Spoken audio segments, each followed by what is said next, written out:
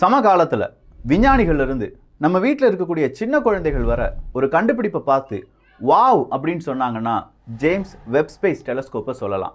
இந்த James web space telescope அனுப்பக்கூடிய இமேஜை ப்ராசஸ் பண்ணி நாசா வெளியிடும் போதெல்லாம் இவ்வளோ பிரம்மாண்டமாக நம்முடைய பிரபஞ்சம் அப்படிங்கிற கேள்வியை நாமும் கேட்டுக்கிட்டோம். நம்முடைய நண்பர்கள்ட்டையும் நம்முடைய உறவுகள்கிட்டையும் இதெல்லாம் பார்த்தியா அப்படிங்கிற கேள்வியை கேட்டோம். ஏதோ நாமளே இந்த கண்டுபிடிப்பெல்லாம் கண்டுபிடிக்கிற மாதிரியான ஒரு உணர்வு நமக்குள்ளே இருந்துச்சு. ஆனால் 2022 ஜேம்ஸ் வெப் ஸ்பேஸ் டெலஸ்கோப் இதோடு விஞ்ஞானிகளுடைய கண்டுபிடிப்பு நிற்கிறதா அப்படின்னு பார்த்தா இல்லை. 2027 இதை விட பிரம்மாண்டமான ஒரு டெலஸ்கோப்பை விண்ணில் செலுத்துவோம் அப்படின்னு சொல்லி நாசா சொல்லியிருக்காங்க. அதுக்கான டைம்லைன் மே 2022. அந்த telescope Nancy grace Roman space telescope அப்படிங்கிறது தான். ஸோ இந்த ரோமன் ஸ்பேஸ் டெலஸ்கோப் அப்படிங்கிறது 2027 விண்ணில் ஏவப்பட போகிறது. அப்படின்னா Roman space telescope, James web space telescope, அது இல்லாமல் இன்னொரு டெலஸ்கோப் இருக்குது, அதுதான் SKAO டெலஸ்கோப். இந்த 3 டெலஸ்கோப்பும் சேர்ந்து 2028 பலவிதமான கண்டுபிடிப்புகளை விண்ணிலிருந்து பூமிக்கு அனுப்ப போகிறாங்க. இல்லை பூமியிலிருந்து சில சிக்னலை வச்சு நம்ம நிறைய விஷயங்கள் 3D மேப்பாக பண்ண போகிறோம் அப்படின்னு சொல்கிறாங்க. ஜேம்ஸ் வெப் ஸ்பேஸ் டெலஸ்கோப் இருக்குது பார்த்தீங்களா, அதை விட 40,000 மடங்கு அதிநவீனமானதாக இருக்கும் இந்த SKAO டெலஸ்கோப். அப்படி என்ன தான் இந்த SKAO அப்படிங்கிற டெலஸ்கோப் செய்ய போகுது, அதுக்கு பின்னாடி இருக்கக்கூடிய டெக்னாலஜி என்ன, எல்லாருக்கும் புரிகிற மாதிரி ரொம்ப சிம்பிளான ஒரு எக்ஸ்பிளனேஷன், ஆனால் சூப்பரான ஒரு டாபிக். அன்பு தமிழஞ்சங்களுக்கு தமிழ் பொக்கிஷத்தின் வணக்கங்கள்.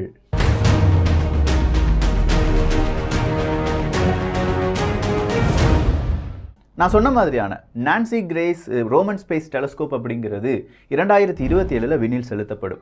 ஆனால் டிசம்பர் மாதம் 5ஆம் தேதி 2022 SKAO அப்படிங்கிற டெலஸ்கோப்புக்கான வேலைகளை ஆரம்பிச்சிட்டாங்க விஞ்ஞானிகள். இந்த SKAO அப்படின்னு சொல்லும்போது square kilometre array observatory telescope என்பது தான். இந்த SKAO அப்படிங்கிறது நார்மலாக நம்ம புகைப்படத்தை பார்த்து இல்லாட்டி ஒரு புகைப்படம் நமக்கு அவுட்புட்டாக வர்ற மாதிரியான ஒரு டெலஸ்கோப் கிடையாது. இது ரேடியோ சிக்னல்ஸை மட்டுமே ப்ராசஸ் பண்ணி அந்த சிக்னல்ல இருந்து கிடைக்கக்கூடிய இன்ஃபர்மேஷனை தனியாக எடுத்து அப்படி கிடைச்ச இன்ஃபர்மேஷனை ஒரு 3D இமேஜாக நமக்கு ப்ளோட் பண்ண முடியும் அப்படின்னு சொல்லி விஞ்ஞானிகள் நம்புகிறாங்க. இந்த SKAO அப்படிங்கிற இந்த டெலஸ்கோப் நார்மலாக ஒரு புகைப்படம் எடுக்க முடியாத ஒரு டெலஸ்கோப் அப்படிங்கிறதுனால மல்டிபிள் டிஷஸ், மல்டிபிள் ஆண்டனாஸ், இதனிடையே ஏற்படக்கூடிய கம்யூனிகேஷன், அதனால் நம்மளால் செய்ய முடிய பலவிதமான நுட்பமான வேலைகள், ரேடியோ ஃப்ரீக்வன்சியினுடைய அந்த அப்சர்வேஷன், இது எல்லாத்தையுமே வச்சு துல்லியமாக இங்கே இருக்கக்கூடிய இல்லை வானத்தில் இருக்கக்கூடிய dark matter, dark energy, black hole, pulsars, இது எல்லாத்தையுமே நம்மளால் ஐடென்டிஃபை பண்ண முடியும் அப்படின்னு சொல்கிறாங்க.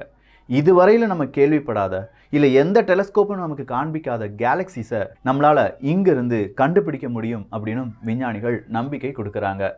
இந்த SKAO அப்படிங்கிற டெலஸ்கோப்பை பொறுத்த வரைக்கும் 3 இடங்கள் முக்கியமான இடங்களாக பார்க்கப்படுது. முதல் இடம் அப்படின்னு சொல்கிறது ஆஸ்திரேலியன் சைட். இந்த ஆஸ்திரேலியாவில் தான் இந்த வேலைகள் அப்படிங்கிறது ஆரம்பிச்சிட்டாங்க.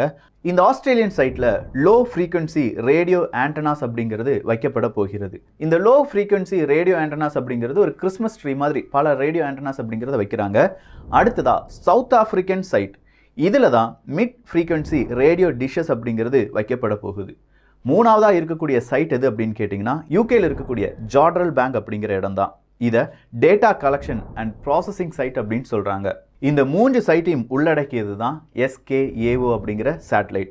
இதில் நம்ம பார்த்த இந்த ஆஸ்திரேலியன் சைட் மற்றும் சவுத் ஆஃப்ரிக்காவினுடைய சைட் அப்படின்னு சொல்லும் பார்த்தீங்களா, லோ ஃப்ரீக்வன்சி மற்றும் மிட் ஃப்ரீக்வன்சியினுடைய அந்த டிஷஸ் வச்சுருக்கக்கூடிய இடம், அது எல்லாமே 2024 கட்டி முடிச்சிருவாங்க. 2024 இந்த 2 சைட்டையும் கட்டி முடிக்கும் போது ஆஸ்திரேலியாவில் நமக்கு 4 ஆண்டனாஸ் அப்படிங்கிறதும் சவுத் ஆஃப்ரிக்கன் சைட்டில் கிட்டத்தட்ட 6 டிஷஸ் அப்படிங்கிறதையுமே உருவாக்கி வச்சுருப்பாங்க. அப்படி உருவாக்கின பிறகு இதுக்கு இடையான கம்யூனிகேஷனை டெஸ்ட் பண்ணுவாங்க. கரெக்டாக ஒர்க் ஆகுதா, சரியான ஃப்ரீக்வன்சியை நம்மளால் ப்ராசஸ் பண்ண முடியுதா, அப்படி ப்ராசஸ் பண்ணும்போது எரர்ஸ் ஏதாவது வருதா, இது எல்லாத்தையுமே கண்ட்ரோல் அண்ட் ப்ராசஸிங் யூனிட் இருக்கக்கூடிய சைட்டான யூகேக்கு அனுப்பி வைப்பாங்க. ஸோ கிட்டத்தட்ட இந்த டெஸ்டிங், இந்த கண்ட்ரோல் யூனிட் இதெல்லாமே ப்ராசஸ் பண்ணி முடிக்கிறதுக்கு 2028 வருடம் வரை ஆகும் அப்படின்னு சொல்கிறாங்க. 2028 ஒட்டு மொத்தமாக இந்த ஒரு டெலஸ்கோப்புக்காக மட்டுமே 1,30,000 ஆண்டனாஸ் அண்ட் டிஷஸ் அப்படிங்கிறது வைக்கப்படும்.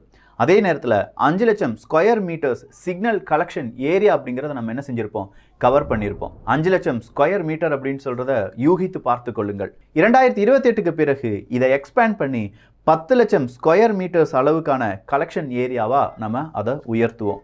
அப்படி உயர்த்தும் போது தான் இந்த உலகத்திலேயே அதிநவீன ரொம்ப துல்லியமான ஒரு டெலஸ்கோப்பா SKAO அப்படிங்கிற டெலஸ்கோப் மாறி நிற்கும். புரியுற மாதிரி சொல்லப்போனால் JWST அப்படின்னு சொல்லக்கூடிய ஜேம்ஸ் வெப் ஸ்பேஸ் டெலஸ்கோப் இருக்குது பார்த்தீங்களா, அதனுடைய ஒப்சர்வேஷன் ஏரியா என்பது 25 ஸ்கொயர் மீட்டர் தான். அதை விட இந்த பூமியில் ஒரு ரேடியோ டெலஸ்கோப் இருக்குது, அரசிபோ ரேடியோ டெலஸ்கோப் அப்படிங்கிறது தான். இந்த ரேடியோ டெலஸ்கோப்பினுடைய கலெக்ஷன் ஏரியா அப்படிங்கிறது வெறும் 73,061 square meter. So 73,000 square meter எங்கே இருக்குது? நான் சொன்ன 3 லட்சம், 5 லட்சம், 10 லட்சம் ஸ்கொயர் மீட்டர் எவ்வளோ தூரத்தில் இருக்குது? இதுதான் இந்த டெலஸ்கோப்பினுடைய பிரம்மாண்டம் அப்படின்னு சொல்லலாம். இந்த ரேடியோ டெலஸ்கோப்பை ஏன் இங்கே வைக்க போகிறாங்க அப்படிங்கிற ஒரு கேள்வி இருக்கலாம். இந்த ரேடியோ சிக்னல்ஸ் மட்டும்தான் எந்த விதமான லாஸும் இல்லாமல் நமக்கு சீக்கிரமாக பூமிக்கு கிடைக்கக்கூடிய ஒரு சிக்னல். இந்த சிக்னலை இங்கிருந்தே விஞ்ஞானிகளால் ஆய்வு பண்ண முடியும் அப்படின்னு சொல்லி நம்ம பார்த்தோம். இந்த ரேடியோ சிக்னல் அப்படிங்கிறது பலவிதமான சிதறல்கள் இல்லாமல், அது ஆஸ்ட்ராய்டு வழியாகவும் இல்லை ஒளிச்சிதறல்கள்லாம் இல்லாமல், இப்போ ஜேம்ஸ் வெப் ஸ்பேஸ் டெலஸ்கோப்பை நம்ம எடுத்து பார்த்தோம்னா, இல்லை அதுக்கு முன்னாடி இருந்த ஹபிள் டெலஸ்கோப்லாம் நம்ம எடுத்து பார்த்தோம்னா, அதில் பலவிதமான சிதறல்கள் அப்படிங்கிறது இருக்குது. அதில் வச்சிருக்கக்கூடிய அந்த லென்ஸ் அப்படிங்கிறதுல ஒரு மைன்யூட்டான டிஃப்ரென்ஸ் வந்தால் கூட அதனுடைய அவுட்புட் அப்படிங்கிறது ரொம்ப பெரிய அளவில் வேரி ஆயிரும். ஆனால் இந்த ரேடியோ சிக்னலில் யூஸ் பண்ணக்கூடிய இந்த டெலஸ்கோப்பில் அந்த மாதிரியான பிரச்சனை வராது. ஆனால் நம்மகிட்ட இருக்கக்கூடிய ஒரு பெரும் பிரச்சனை என்னென்னா, மனிதர்களால் ஏற்படுத்தக்கூடிய ரேடியோ சிக்னல் நாய்ஸ் அப்படிங்கிறது இருக்குது.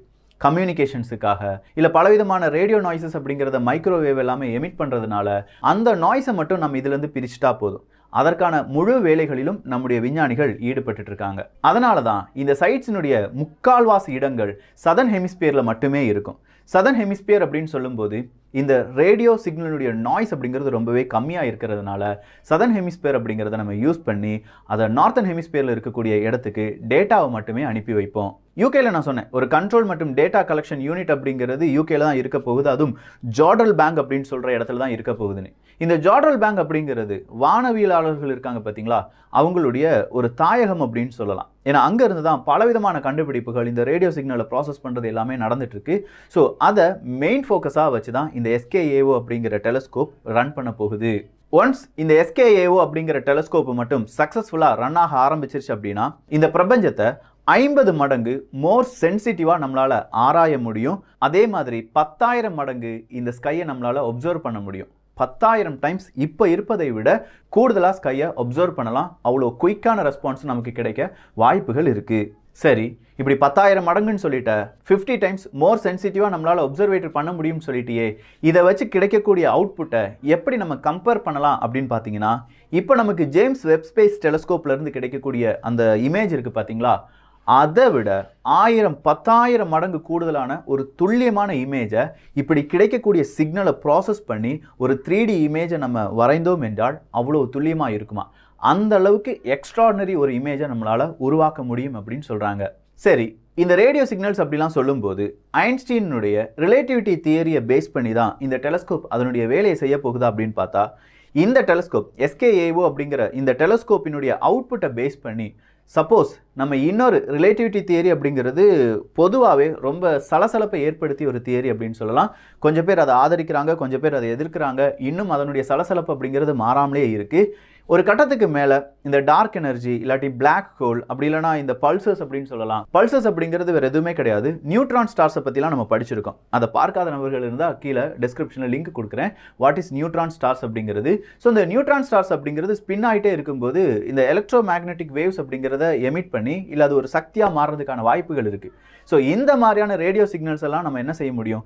இந்த SKAO அப்படிங்கிற டெலஸ்கோப்பால் அப்சர்வ் பண்ண முடியும். அது மட்டுமா, டார்க் எனர்ஜி டார்க் மேட்டரை பற்றியெல்லாம் துல்லியமான தகவலை SKAO டெலஸ்கோப் நமக்கு தரும்னு சொல்கிறாங்க. அதுக்கு மெயினாக அவங்க சொல்கிற அந்த ரீசன் என்னென்னா, ஹைட்ரஜன் எமிட் பண்ணக்கூடிய 21 சென்டிமீட்டர் வேவ் லென்த் லைட்டை இந்த SKAO அப்படிங்கிற டெலஸ்கோப்பால் கிரகிக்க முடியும், அதை ப்ராசஸ் பண்ண முடியும். ஸோ இந்த ஹைட்ரஜன் அப்படின்னு சொல்லும்போது நமக்கு தெரிந்த ஸ்டார்ஸ்லாம் எடுத்து பார்த்தீங்கன்னா மேட் ஆஃப் ஹைட்ரஜன்ஸ் அப்படின்னு சொல்லுவாங்க. ஸோ இந்த ஹைட்ரஜனை பற்றி இந்த டெலஸ்கோப்பால் ஸ்டடி பண்ண முடியும் அப்படின்னா டிஃப்ரெண்ட் கேலக்சிஸ், அதில் இருக்கக்கூடிய பலவிதமான பொருட்கள், இது எல்லாத்தையும் பற்றியுமே இந்த SKAO டெலஸ்கோப்பால் சொல்ல முடியும்.